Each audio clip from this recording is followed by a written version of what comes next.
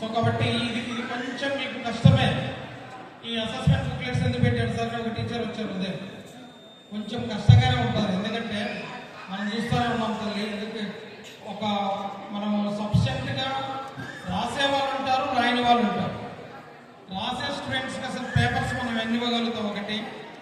రెండవది అసలు పేపర్లు ప్రొవైడ్ చేయలేక ఈరోజు ఎంత ఎక్స్పెండిచర్ అయినా కానీ పర్వాలేదు, స్టూడెంట్లో ఉన్నటువంటి ఆ క్రియేటివిటీ బయటికి తీయాలి అనేటువంటి ఆలోచనతోనే ఈరోజు అసెస్మెంట్ బుక్లెట్స్ అన్ని కూడా ఇచ్చారు.